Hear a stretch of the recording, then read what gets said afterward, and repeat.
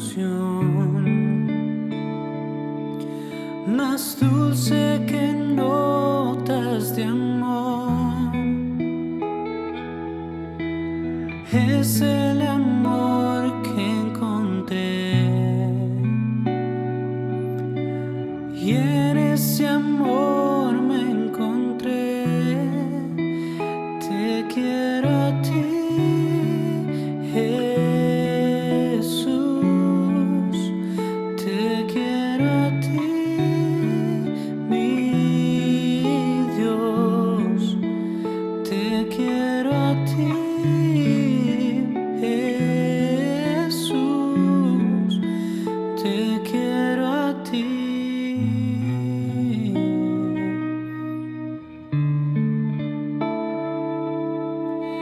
Nunca podré comprender tu gracia y tu gran amor, sin merecer tu perdón. Tu amor mi pecado borró. Te quiero a ti, Jesús. Te quiero a ti, mi Dios. Te quiero a ti, Jesús. Te quiero a ti. Te quiero a ti. Te quiero a ti, Jesús. Te quiero a ti, mi Dios. Te quiero a ti, Jesús. Te quiero a ti.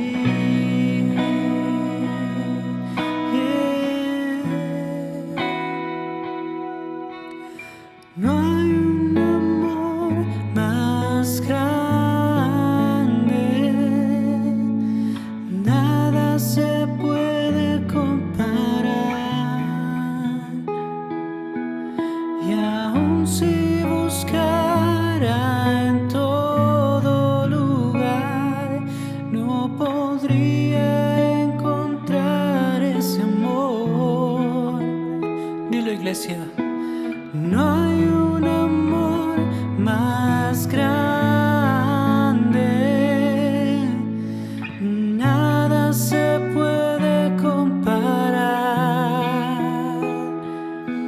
Y aun si buscara en todo lugar, no podría encontrar ese amor. Jesús, te quiero a ti, Jesús. Te quiero a ti, mi Dios. Te quiero a ti, Jesús. Te quiero a ti. Yo te quiero a ti, te quiero a ti, Jesús. Te quiero a ti, mi Dios. Te quiero a ti, Jesús. Te quiero a ti.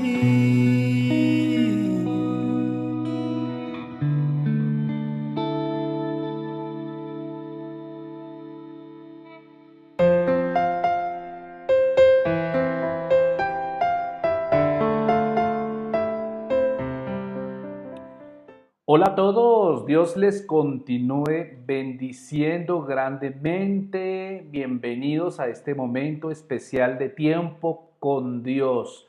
Soy el pastor José Jiménez. Para mí es un gusto tenerlos en esta hora delante de este dispositivo para que aprendamos un poco más acerca de nuestro amado Rey de Reyes y Señor de Señores.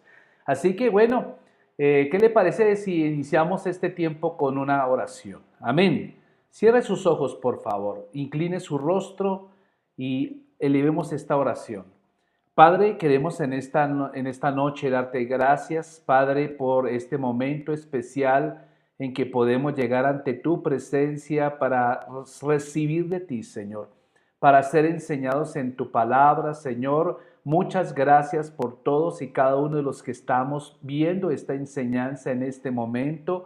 Sé tú tomando control absoluto de cualquier necesidad que haya en tu pueblo, Señor.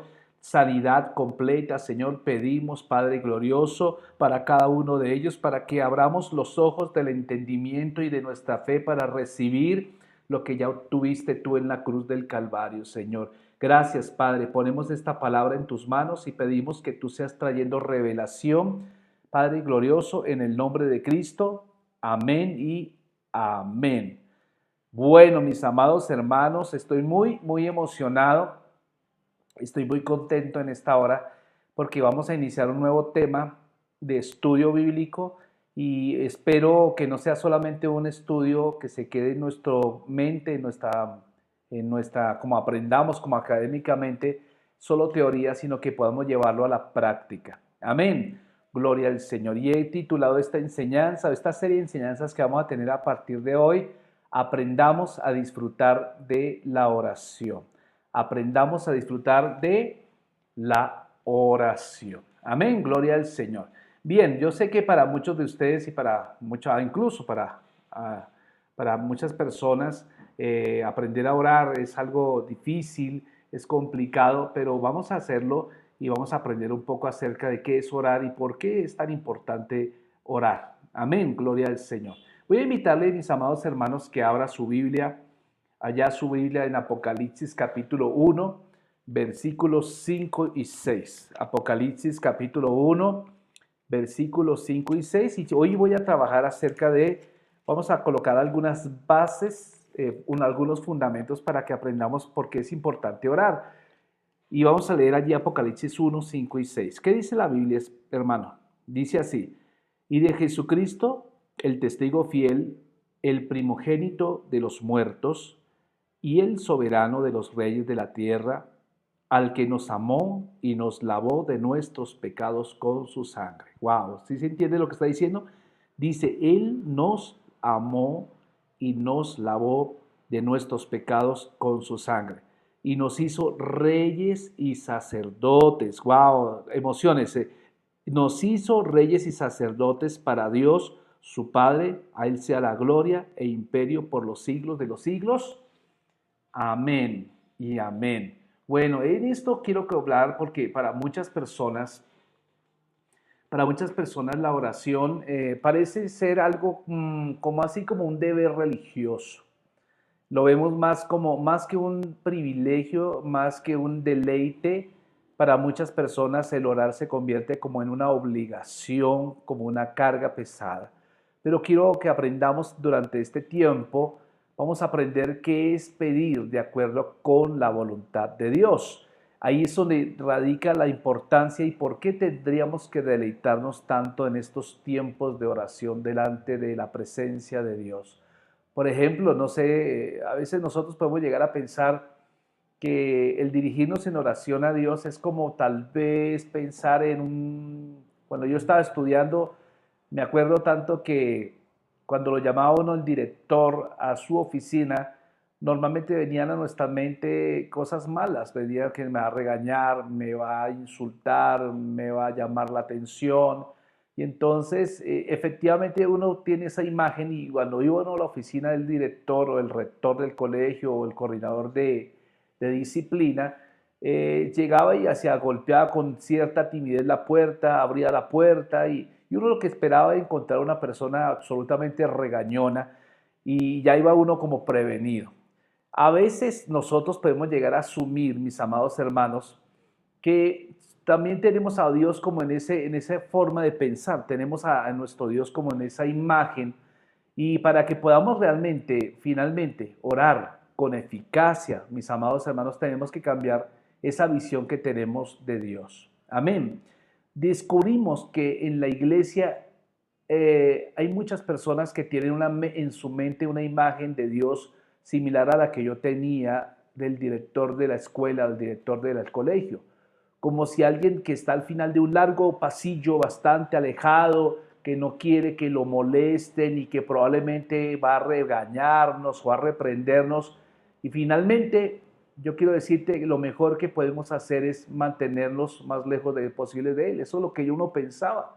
Pero cuando acudimos a Dios, cuando acudimos a Dios, al Señor, en una actitud de humildad, escuche bien esto, cuando tú y yo acudimos al Señor en una actitud de humildad, Él nunca nos va a reprochar.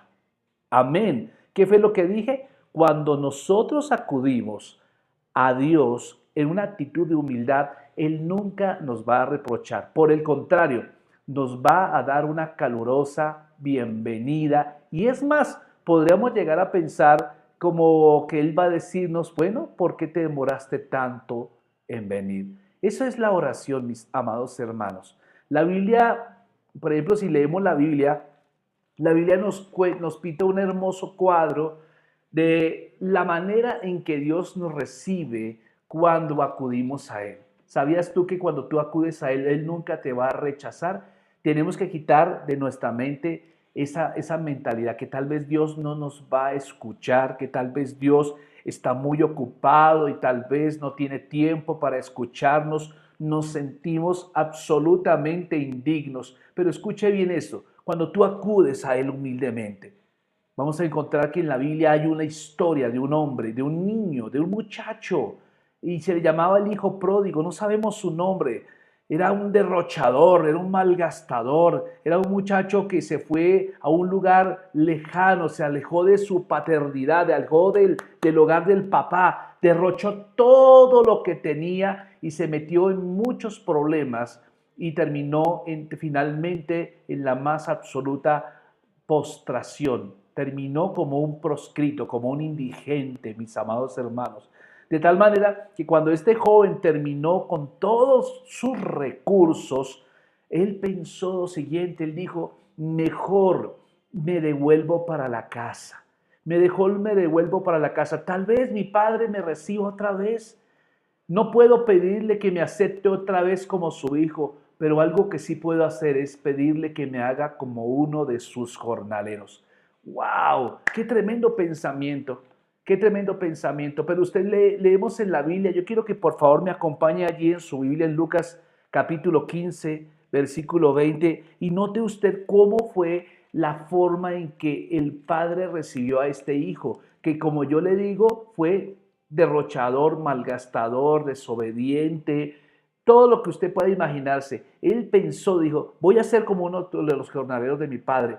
Y ahora bien, note cómo lo recibió el padre. Dice Lucas capítulo 15, versículo 20, dice la Biblia, y levantándose vino a su padre, y cuando aún estaba lejos lo vio su padre, y fue movido a misericordia, y corrió, y se echó sobre su cuello, y le besó. ¡Wow!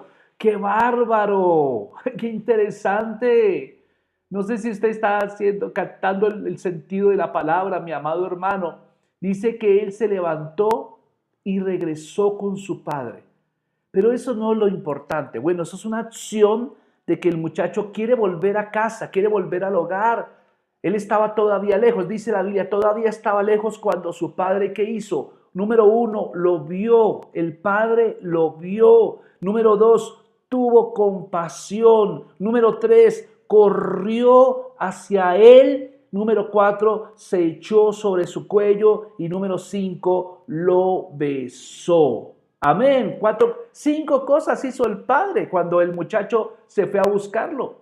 Quiero decirle algo, que estar en oración, ponga atención a esto, estar en oración es estar en el hogar. Se lo repito otra vez. ¿Qué significa estar en oración? Estar en oración es estar en casa. Mire usted la bienvenida tan amorosa que recibió este joven cuando estuvo dispuesto a dar la vuelta y regresar al hogar. La oración, mi amado hermano, mi amada hermana, es un lugar, un sitio. ¿Cuál es ese lugar? Es el lugar de estar delante de la presencia del mismo Padre. Amén.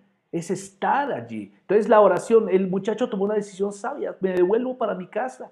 Y incluso vamos a notar que él no alcanzó a decirle al padre, hazme como a uno de tus jornaleros, sino que inmediatamente el padre le puso un anillo, le puso un vestido, le puso un calzado. Amén, gloria al Señor. Y esto es un hermoso cuadro. Déjame decirte de la manera en que Dios nos recibe. Él no nos reprende. Permíteme decirte, cuando tú buscas a Dios en oración, nunca pienses que Él te va a reprender.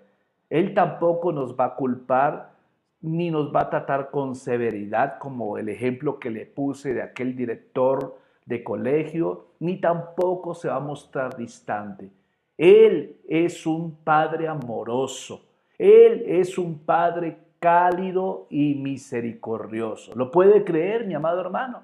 Bendito sea el Señor. Ahora acompáñeme en su Biblia a la carta de Santiago 1.5, por favor. Carta de Santiago 1.5. Ahí después de Hebreos vamos a encontrar a Santiago.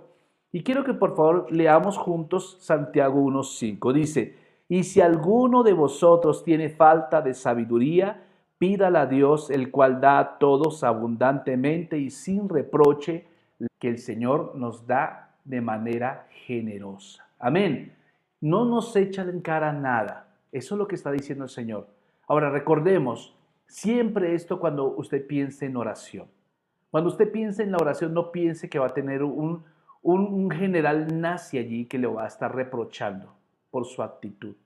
Al contrario, Él lo va a recibir con amor, lo va a recibir con brazos abiertos. Y no solamente eso, sino que cuando tú le pidas, Él te va a dar generosamente. Él nos hace, no, lo va a hacer sin reproches.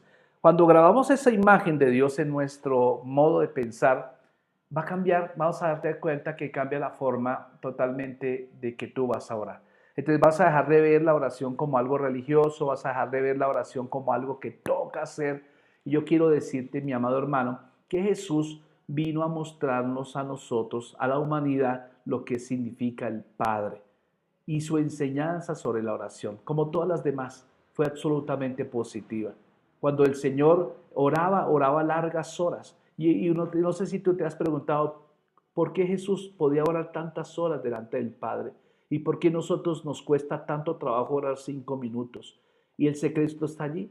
El secreto es que él veía la oración desde otro punto de vista. Así que cuando vemos a Jesús nos está enseñando cosas absolutamente positivas. Y esto fue exactamente lo que el Señor nos dijo o nos enseñó en el Sermón del Monte. ¿Recuerda usted Mateo 7:7? Yo creo que usted se lo sabe de memoria. Recuerda que dice el Señor, pida y se les dará, busquen y encontrarán, llamen y se les abrirá. Porque todo aquel que pide recibe y el que busca encuentra y al que llama se le abre. ¡Wow! Si se da cuenta, hay 3 declaraciones que el Señor nos está diciendo. Mire, pide. Pide, Él está diciendo pide, busca, llama. Entonces si Él termina diciendo si tú pides yo te doy. Si tú buscas tú me encuentras. Si tú llamas yo te abriré. Wow, son 3 declaraciones que están diciendo que el que pide recibe, que el que busca encuentra y el que llama se le abre. Mateo capítulo 21 versículo 22, ¿qué nos dice, hermanos?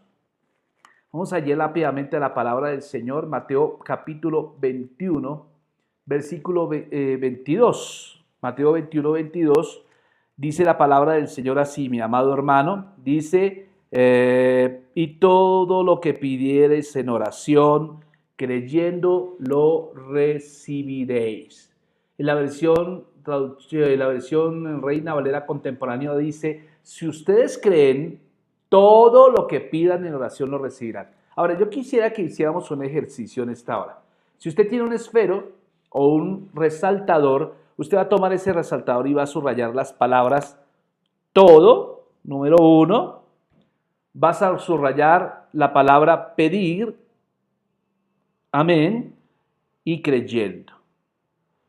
Vamos a encontrar algo simpático en estas 3 palabras, porque cuando estamos hablando de oración, estas 3 palabras siempre van a ir juntas, van a ir de la mano. Entonces, fíjense, la primera palabra es todo. La segunda, pedir, ¿cierto? Y luego vamos a encontrar creyendo. Hay tres palabras importantísimas allí.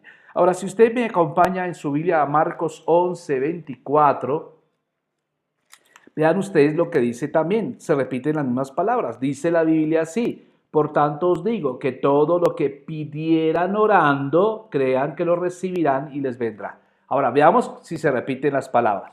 Entonces encuentro en Marcos 11:24 la palabra todo, ¿cierto? Todo lo que pidan, orando, todo lo que pidan. Entonces, fíjense, todo lo que pidan, orando o pidiendo, ¿cierto? Crean. Entonces, si se dan cuenta, ahí se repiten las mismas tres palabras. Todo, pidan en oración y crean. Todo, pidan en oración y crean. Ahora, vamos a Juan 14:13 y vamos a ver que otra vez el Señor, justamente en esta frase, la misma palabra del Señor nos dice, la misma palabra. Juan 14:13 dice así, dice, y todo, subraye la palabra todo lo que pidan al Padre ahora en mi nombre, que dice, yo lo haré. Hay un ingrediente adicional. Entonces vamos a ver, creer, todo, creer y pedir. Pero ahora vamos a hacerlo en el nombre de ¿quién? De Jesús. Ahora, ¿para qué? Para que el Padre sea glorificado en el Hijo. Vaya conmigo más adelantico, por favor, versículo siguiente, 14:14, que dice, si algo pidiereis en mi nombre, yo lo haré. Entonces, fíjese la palabra pidiereis en mi nombre. ¿Qué pasa? ¿Cuál será el resultado? Yo lo haré. Ahora, salte 2 capítulos adelante, Juan 16:24. Vamos a mirar también allí. Dice, hasta ahora nada habéis pedido en mi nombre. Nada habéis ¿qué? Pedido en mi nombre.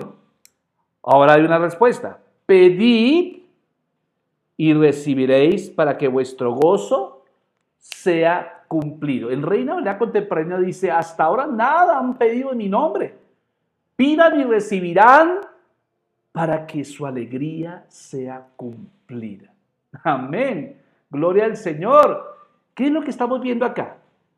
Las palabras se repiten acá. Pedir y recibir. Pedir y recibir. Y hay cierta alegría especial que nos embarga cuando nuestras oraciones son contestadas, mi amado hermano. Jesús quiere que que la tengas en tu corazón. Dios quiere que tú seas alegre y por tanto Él se alegra cuando tú pides, mi amado hermano. ¿Qué es lo que está diciendo? Pide. Yo te quiero decir a ti, pide. Gloria a Dios. Hay que aprender.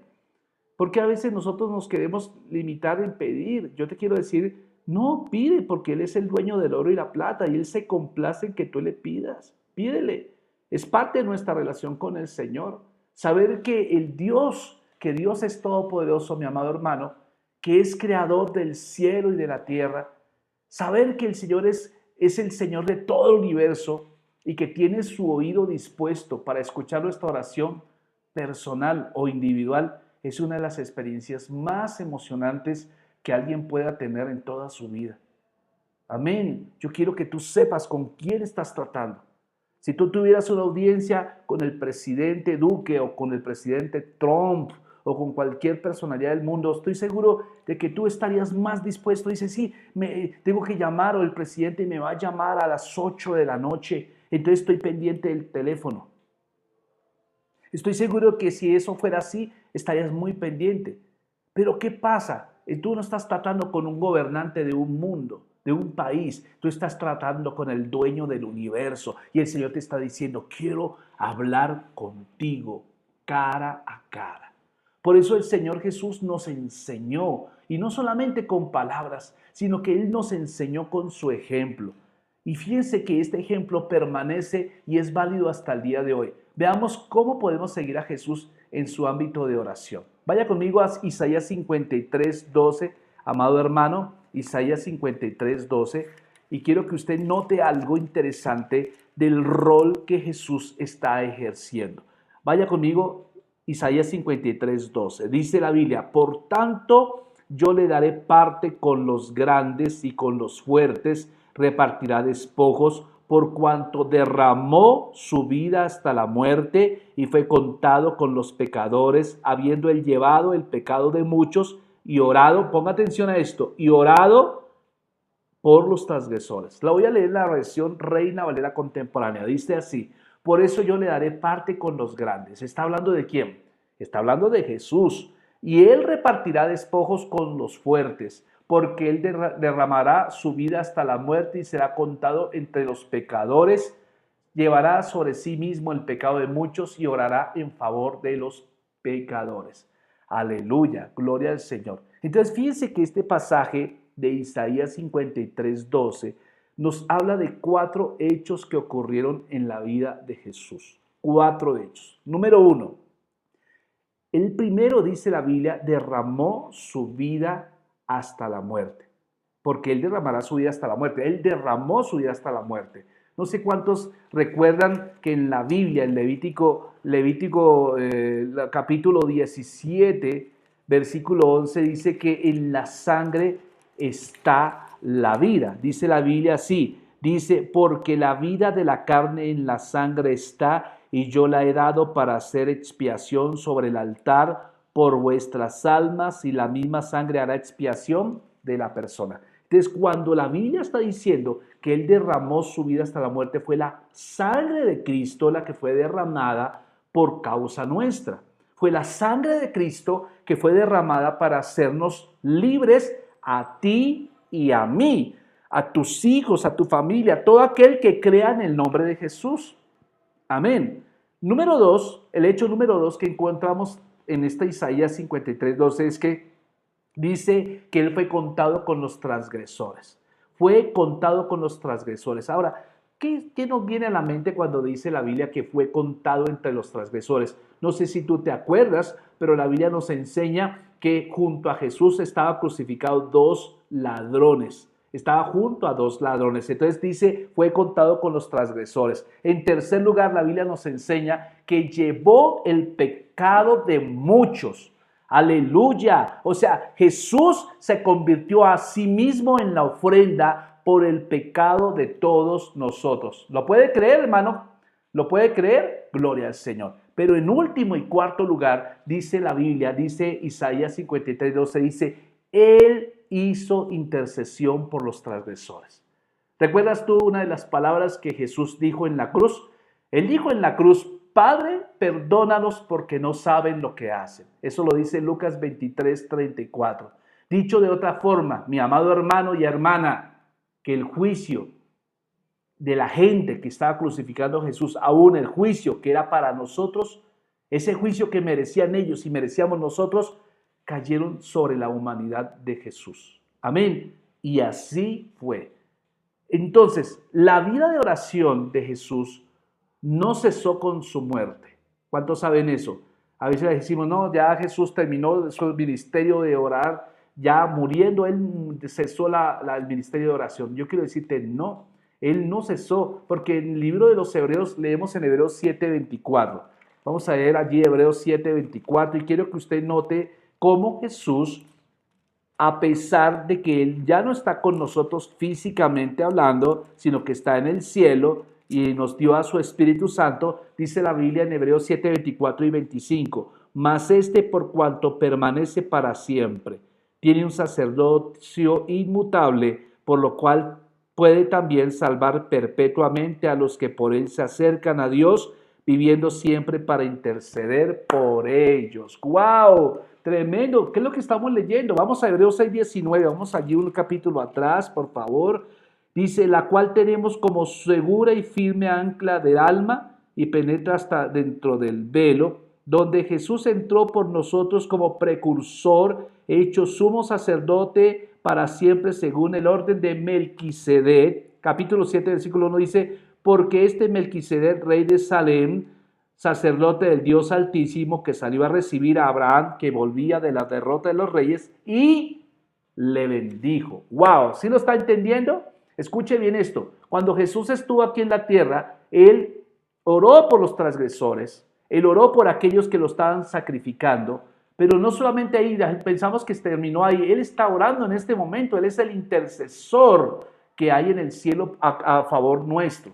O sea que cuando leemos estos versículos siempre recordamos, escuche algo, recordamos el tabernáculo. En una ocasión, hace como unos años, hicimos un tabernáculo gigante aquí en nuestra sede de la iglesia y la gente pudo aprender cuáles son las partes del tabernáculo. El tabernáculo de Moisés, en el cual vamos a encontrar que habían dos cortinas. Una cortina que daba acceso del atrio al lugar santo, pero había otra cortina que daba lugar del lugar santo al lugar santísimo. Eran dos largas cortinas y según la Biblia los relata, eran cortinas pesadas, no son como las cortinas que colgamos en nuestras ventanas, sino que eran cortinas que tenían más o menos 15 centímetros de espesor, eran bastante pesadas. Así que la entrada más allá del primer velo, o sea, cuando pasamos al lugar santo, se asemeja mucho a la unión que tenemos con Cristo en su resurrección. Amén. O sea que ese velo, ese lugar santo, implica que nosotros hemos sido unidos a Cristo en su resurrección. Pero el segundo velo, el que da acceso al lugar santísimo, nos dice algo, que es, nos habla de que ir más allá de la resurrección. Tenemos que ir al lugar de ascensión. ¿Y cómo es eso, pastor? Escuche bien esto, que la obra completa de Cristo no fue solo la cruz.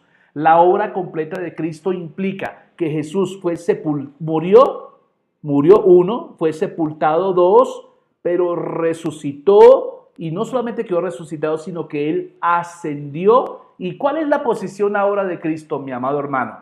La posición actual de Cristo es que Él está sentado a la derecha del Padre. Amén, ¿lo cree o no lo cree?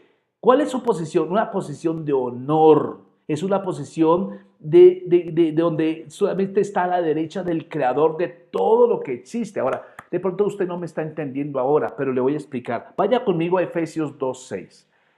La carta a los Efesios 2:6, vamos a abrir rápidamente allá. Quiero que usted entienda algo, mi amado hermano. ¿Cuál es su posición real en Jesús? Efesios 2:6 nos dice la Biblia así. Dice la Biblia, Efesios 2:6 y 7. Dice la Biblia, dice la palabra, y juntamente con Él nos resucitó. Amén, ese es el primer velo. Pero también nos hizo sentar en los lugares celestiales en Cristo Jesús. Segundo velo, estamos en el lugar santísimo. Para mostrar en los siglos venideros las abundantes riquezas de su gracia en su bondad para con nosotros en Cristo Jesús. No sé si usted entendió, pero la Biblia está diciendo que estamos sentados junto con Él. ¿En dónde está sentado Jesús, amado? A la derecha del Padre. Gloria al Señor. Entonces dice que estamos sentados juntamente con Él en los lugares celestiales. Escuche esto. Tras el segundo velo, Jesús es sacerdote y rey. Y nosotros también tenemos la oportunidad de participar con Él en este ministerio.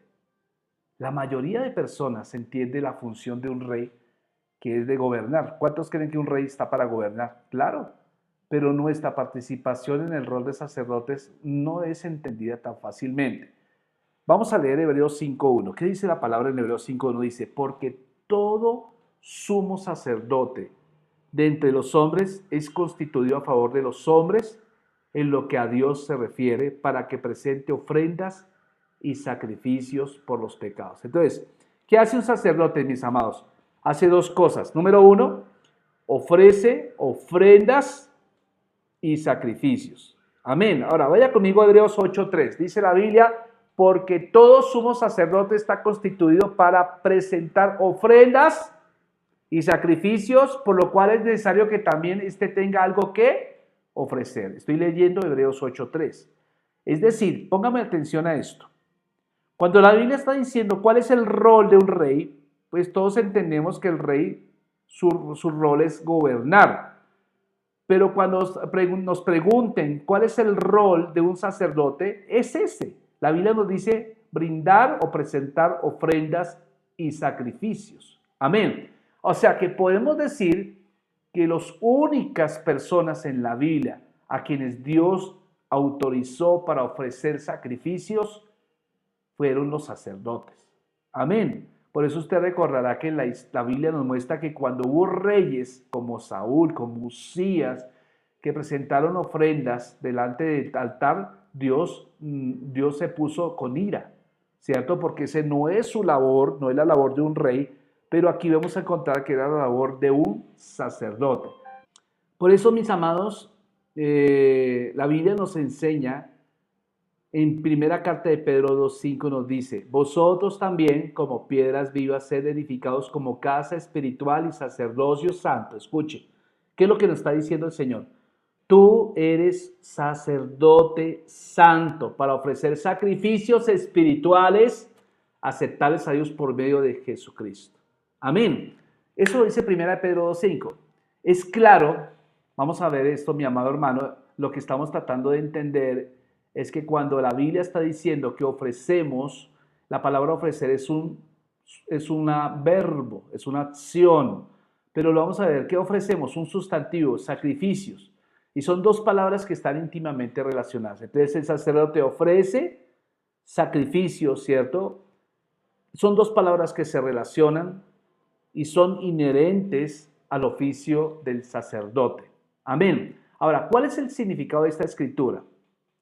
Un sacerdote o un sacerdocio mayor nos dice que Hebreos nos está diciendo que Jesús tuvo un sacerdocio mejor que el sacerdocio que tenían los levitas. El sacerdocio levítico que se generó con Moisés a través de la ley mosaica no es el mismo sacerdocio de Jesús. Jesús tuvo un sacerdocio mucho mejor. El sacerdocio de Jesús no era levita, pues Jesús no era levita, era de origen judío, ¿cierto? Jesús tuvo un tipo diferente de sacerdocio que se describe precisamente en el libro de los Hebreos capítulos 6 y 7. Dice, así que si estuviese sobre la tierra ni siquiera sería sacerdote, habiendo aún sacerdotes que presentan ofrendas según la ley. Es decir, que de acuerdo a esto Jesús no estaba autorizado para ofrecer sacrificios porque él no era sacerdote de acuerdo al orden levítico. Pero no, escuche bien esto. ¿Qué es lo que está diciendo la Biblia? No es necesario decir más. El nombre Melquisedec que leímos allí en Hebreos 7, en hebreo significa rey de justicia. Eso significa Melquisedec. Escuche, es un rey de justicia. Su nombre lo mostraba como rey, pero su posición era un sacerdote de un lugar llamado Salem. Salem significa paz. Era sacerdote del Dios Altísimo, ¿cierto? Y es el primer sacerdocio que se menciona en la Biblia. Escuche bien eso Génesis 14:18 nos dice, fue el primer sacerdote mencionado en la Biblia. Y esto fue muchísimos años antes de el sacerdocio levítico. Amén. El sacerdocio levítico que se estableció a través de la ley de Moisés fue un sacerdocio inferior. ¿Sí escuchó bien? No es el mismo tipo de sacerdocio de Jesús, porque el sacerdocio de Jesús es el sacerdocio del Dios Altísimo de acuerdo al orden de Melquisedec, pero el sacerdocio de Moisés fue un sacerdocio inferior. El sacerdocio permanente y eterno no fue el levítico, fue el de Melquisedec, de cuyo orden es el sacerdocio de Jesús. Ahora, es interesante notar, mis amados hermanos, que Abraham, dice la Biblia, que él ofreció sus diezmos a Melquisedec. Amén. Pero a su vez, Melquisedec le dio a Abraham dos cosas importantes. ¿Cuáles fueron las dos cosas? Número uno, le dio pan y le dio vino. Le dio pan y le dio vino. ¿Se acuerda usted que esos dos elementos los tomamos o los compartimos en la cena del Señor? En la última cena, cuando Jesús tomó el pan y el vino y lo dio a los discípulos, lo que dijo en efecto fue, en estos elementos ustedes ven reinstaurado en mí el sacerdocio de Melquisedec. ¿Qué significa? Hasta ese momento el sacerdocio vigente era el sacerdocio levítico, pero cuando Jesús murió en la cruz del Calvario, fue sepultado, resucitó y ascendió al cielo, lo que quedó reinstaurado ahora es el sacerdocio de Melquisedec.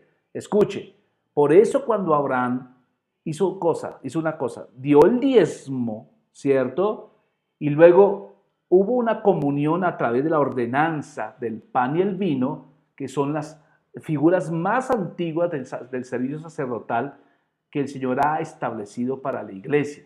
Por eso las palabras tú eres sacerdote para siempre, según el orden de Melquisedec, esa frase se aplicó literalmente a la persona de Jesús. Amén, ¿sí está entendiendo? Tenemos entonces los 3 sacrificios sucesivos que Jesús está haciendo en su rol sacerdotal. Escuche, 3 sacrificios que Jesús hace en su rol como sacerdote. Número 1, sobre la tierra, cuando Él estuvo aquí en la tierra, como cuando vino en su ministerio terrenal, Él ofreció ruegos y súplicas con gran clamor a Dios. Esa fue la primera cosa que el Señor hizo.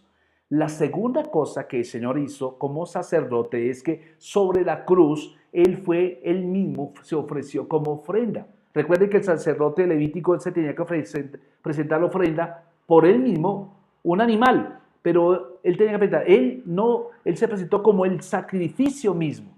Y en tercer lugar, ahora que está en los cielos, él ejerce continuamente el ministerio sacerdotal de la intercesión. O sea que vamos a ver 3 tiempos interesantes en el oficio sacerdotal de Jesús. Número 1, él rogaba, ¿cierto? Él suplicaba con gran clamor a Dios mientras estuvo aquí en la tierra. Pero luego en la cruz se ofreció como ofrenda y ahora en el cielo él está continuamente ejerciendo la función sacerdotal de la intercesión. Por eso ese ejemplo de Jesús, mis amados hermanos, muestra qué es lo que Dios quiere que usted y yo lleguemos a hacer.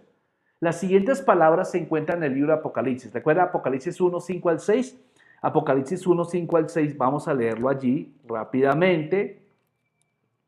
Apocalipsis capítulo 1, 5 al 6, que dice la Biblia, dice así, dice, y de Jesucristo el testigo fiel, el primogénito de los muertos y el soberano de los reyes de la tierra, al que nos amó y nos lavó de nuestros pecados con su sangre. Lea el 6 conmigo. Y nos hizo reyes y sacerdotes para Dios su Padre, a Él sea la gloria e imperio por los siglos de los siglos. Amén. ¿Qué es lo que está diciendo la Biblia? Al que nos amó, al que nos lavó de nuestros pecados con su sangre y nos hizo reyes y sacerdotes para Dios su Padre, a Él sea gloria e imperio por los siglos de los siglos. Amén. Dicho de otra manera, mediante el perdón de nuestros pecados y la limpieza por medio de la sangre de Jesús, tú y yo hemos llegado a ser parte de un reino de sacerdotes, pero no reino de acuerdo al orden levítico. Por eso está mal dicho cuando usted escucha por ahí, siervo de Dios, usted es un sacerdote de acuerdo al orden de Leví. No, usted no es un sacerdote de acuerdo al orden de Leví. Usted es un sacerdote de acuerdo al orden de Melquisedec, porque usted hace parte y está sentado, como dice Efesios 2, 6 y 7, junto con Jesús en los lugares celestiales a la diestra del Padre. Amén. Por eso en la práctica, ¿qué significa para nosotros ser reyes y sacerdotes? Escuche bien esto, que como reyes tú tienes que gobernar, yo tengo que gobernar, pero como sacerdotes vamos a tener que ofrecer sacrificios. Como miembros del reino de Dios es responsabilidad nuestra gobernar el mundo para Dios, pero solo cuando aprendamos a ministrar como sacerdote podremos hacerlo de esa manera. ¿Qué tipo de sacrificios espirituales espera Dios que tú y yo ofrezcamos? Tal como Jesús ofreció oraciones y peticiones mientras estuvo en la tierra y mientras estuvo aquí en su ministerio terrenal, así también nosotros debemos hacer. Cuando aprendemos a orar, entonces estamos calificados para gobernar. ¿Lo está llamando Dios a usted? Cuando usted ora, llega a visualizar que está en el mismo trono de Dios. Amén. Cuando usted está orando, cuando usted entra a la presencia del Señor, usted no tiene que visualizarse desde la necesidad, sino que tenemos que visualizarnos desde nuestro lugar, a la diestra del Padre. Vamos a ver el trono de Dios cuando entramos en oración. Los demás, quizás las personas que usted lo están viendo, no lo vean porque usted está tras del segundo velo, ¿cierto? Pero su vida contará para Dios y será importante porque Él ahora y por la eternidad. Tal vez usted no se considera una persona fuerte para la oración, mi amado hermano. Pero si se ofrece a sí mismo a Dios, Él hará con usted lo que desea. Probablemente muchas personas dirán, bueno, esto implicará ciertos cambios en nuestra vida. Usted tendrá que hacer ciertos cambios en su manera en que hace las cosas, en la manera en que ora, en la manera que usted maneja su vida. Tenemos que tener el tiempo de calidad para estar delante del Señor. Tiempo de calidad para estar en nuestro cuarto secreto, pero tiempo de calidad para cuando estemos haciendo lo cotidiano, también estemos conectados continuamente con el Señor. Amén. La diferencia va a ser que cuando usted y yo oremos desde el trono, desde el lugar de gracia, vamos a encontrar oraciones respondidas. ¿Lo puede creer? Amén. Vamos a cerrar nuestros ojos y yo quiero que usted cierre sus ojos y diga, Señor, muchas gracias. Muchas gracias en esta noche, Señor, por darme el privilegio de poder estar delante de tu presencia. Gracias, Padre Celestial, porque hoy recibo, Señor, Padre, ese calificativo de que soy rey y sacerdote, Señor. Padre, y que estoy sentado a la diestra de tu Padre, Señor, junto contigo, Señor. Desde allí, Señor, vamos a encontrar que la oración se constituye en un motivo de gozo, en un deleite.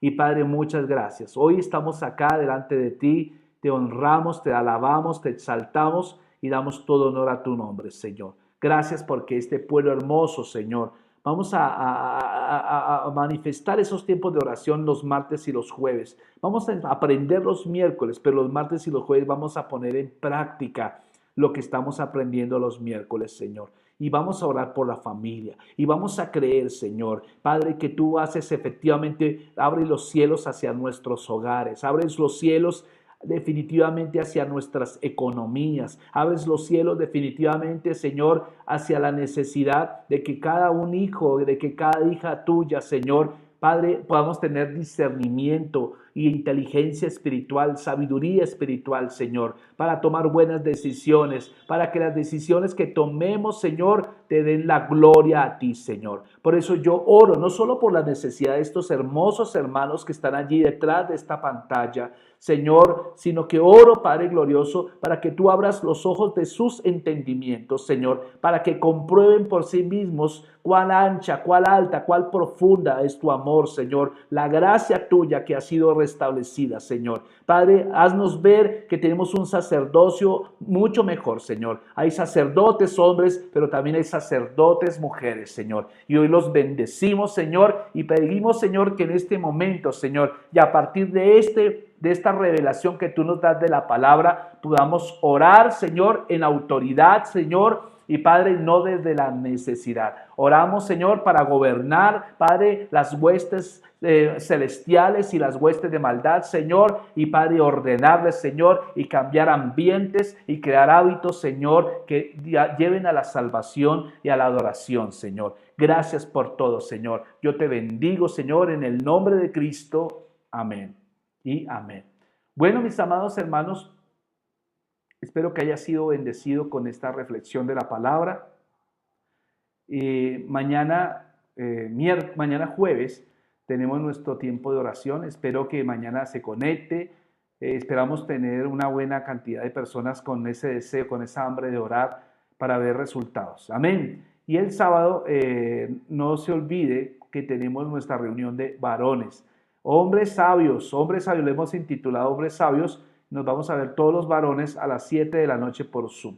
Entonces todos cordialmente invitados desde los 12 años, no importa si es casado o es soltero, no importa. Lo importante es que usted quiera recibir de Dios una revelación e impartición. Mis amados hermanos, recuerden que el domingo tenemos nuestro servicio a las 10 de la mañana y que el próximo, también a las 11:30 de la mañana tenemos nuestro Igle Kids en casa. Mis amados, Dios les bendiga grandemente. Hola amiguitos, ¿cómo están? Hoy vamos a orar, pero a Jesús y a Dios. Todos van a cerrar los ojitos y van a repetir después de mí. ¿Listo? Papito Dios, te damos gracias por este día, porque tú nos bendeciste. los cuidaste, los protegiste. Te quiero con todo mi corazón